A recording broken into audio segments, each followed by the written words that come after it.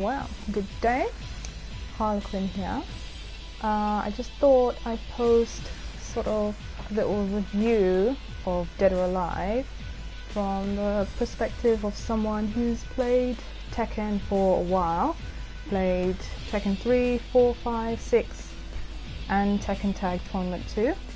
So I just figured, I don't know, I'd just do a little review of this game.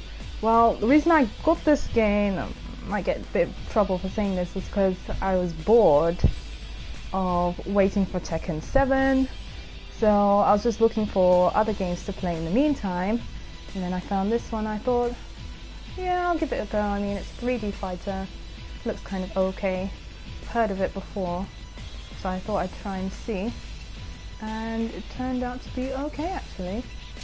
So let's see, let's go to training.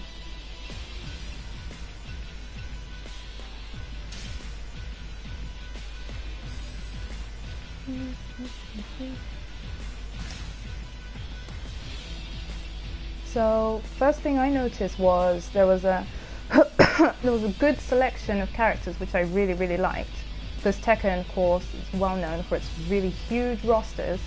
And this is like a decent sized roster, and I can see obviously there's quite a few female characters, male characters. I see there's different styles as well. And then the next thing I noticed was there were a lot of characters who reminded me a lot of Tekken characters, and if you've played Tekken like me, then you'll know what I'm talking about, like sort of characters like Elliot, he's sort of a lot like Leo, and like sort of other characters like that. There's like certain archetypes that are really common in fighting games, like female Chinese player. There's this one that's like Bruce Lee inspired assassin, she's like Nina. This one reminded me a lot of Christy, which I used to play a lot of. And yeah, there's like non-human characters like this one, Alpha. She reminded me a lot of Unknown from Tag 2.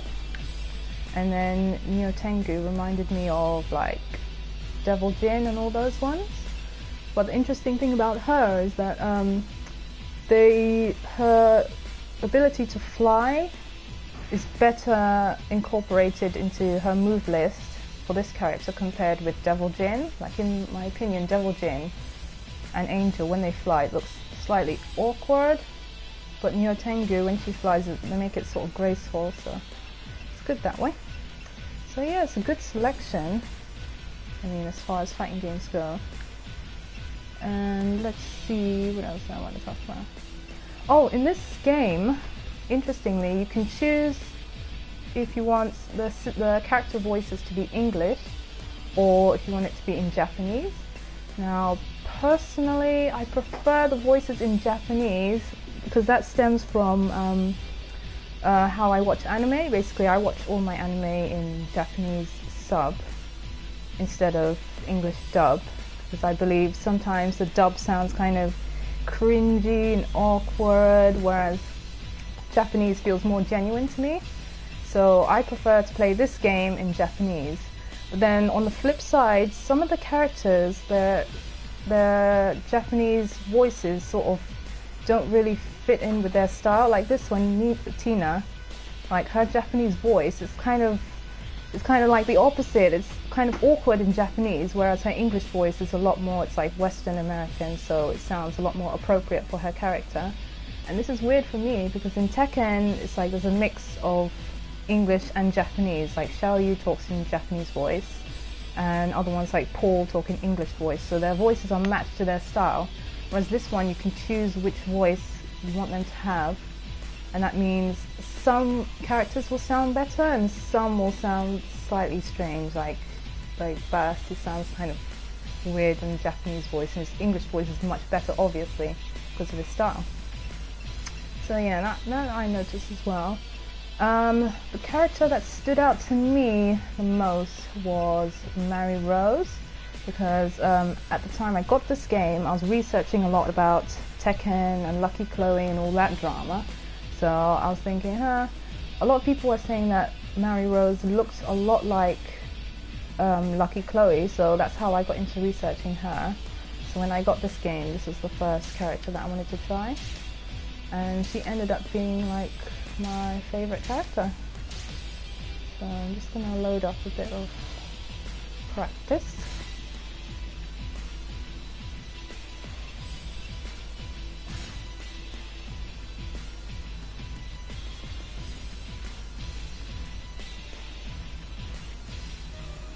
Yeah, Mary Rose, her style, I really like her style because I think there aren't that many characters who fight like her. I mean, if you play Tekken and if you've heard of Lily from Tekken, then you might sort of recognize that kind of style, that kind of gymnastic style of fighting, which is really like adorable.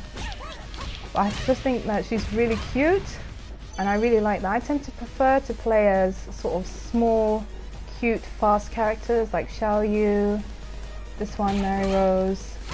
I like Elisa as well. So those sort of characters sort of stand out to me. And out of the Dead or Alive roster, this one stood out the most. And I really, really like playing. So she's really, really fun to play as. And let's see. Let me just check the time because I'm going to do 15 minutes. Okay. So you can do a bit of gameplay first. Okay, so fighting wise, it's kind of like the puppeteer mechanic that you see in Tekken, in that different buttons control different arms and legs, like triangle is for punch, all the punch techniques are with triangle, and kick circle. I mean, I'm used to that sort of play, so when I was learning how to play this, it sort of made sense to me, so I could sort of settle into it quite easily. And then in this one, it's different in that every character can parry, whereas in Tekken, only some selected characters could parry, like Asuka, Leo, Nina, like the defensive characters could parry, whereas not everyone can do that. Whereas in this one, everyone can parry. So the idea is that all the characters have the tools that they need to beat anyone. So in theory, you could beat anyone with any character, which is a really interesting idea, because in theory, it should mean that spamming isn't effective, because if you spam a particular technique, there's always something that you can use to counter it. So moving on from that, it's like the way you play, it's like a rock, paper, scissors mechanic. So if you play that, you'll know what I'm talking about. And that there's strikes, holds, and grabs. And basically, strikes always beat grabs, grabs beat holds, and holds beat strikes. So there's always something you can do based on the situation. So if someone's spamming like lots of high kicks or something, there's always something you can do. You can always parry and counter it. So I found that really interesting, because I really, really, really love parrying. Like I love low parrying in Tekken. Like I low parry a lot whenever I get the chance. I always low parry. So this idea that you could parry anything was like magical to me. Yeah, so that was pretty good. What else? Combos. You can do like juggles in this one. You can sort of do little combos in this one, which is good. I mean, Tekken Tag 2, you could do crazy damage, crazy length combos. And this one sort of is a little bit more sensible, but that's alright, because I don't think it should be really all about the combos. It should be sort of like poking and defensive play and stuff. So that's alright. Oh yeah, I forgot to mention that there's this sort of heavy punch and heavy kick as well with R2 and L2. Or R1 and L2. So it's like, that's different as well. And there's unblockables and supers. So yeah, it's a pretty balanced game considering. I mean, I've heard a lot of bad things about Dead or Alive, how it's just basically eye candy, like not such a great game technically. But I found it's pretty technical. I mean, some parts are even confusing for me, in my opinion. So this one, you can do taunts as well. Every character has taunts, whereas in Tekken probably only had like 2 taunts. And this one, most of the characters have like a good few. That's alright as well. Customization is like one of my favorite aspects of any fighting game, or any game in general really. And in this game, you can get a couple of costumes free by completing arcade, and then the rest you have to get DLC. I mean, that's a little bit of a pain if if you're not really into spending money on costumes. But I mean, if you have a character, one character that you like, I think it's okay to go ahead and get some costumes for them, because you know, it's the thing we do. If you have a character you like, you know, just spend a bit. Nothing wrong with that. Environment effects. The environment effects in this game I feel are better than Tekken actually, in that it sort of causes like a little cutscene, which Tekken doesn't really do. Tekken you can move levels. This one there has levels as well, but it activates a cutscene when you interact with different parts of the environment, which is new for me, and I like that quite a lot. So I think overall this is a decent game. I mean, it was just supposed to be, you know, Tekken, I'll just play this instead. But it's actually an alright game that I kind of want to get into a little bit more, because it is very technical and it has so much style. Like, every character has their own style, and I really like that. Whereas in Tekken Tag 2, I felt like because there were so many characters, I feel like individual characters were losing their style a bit.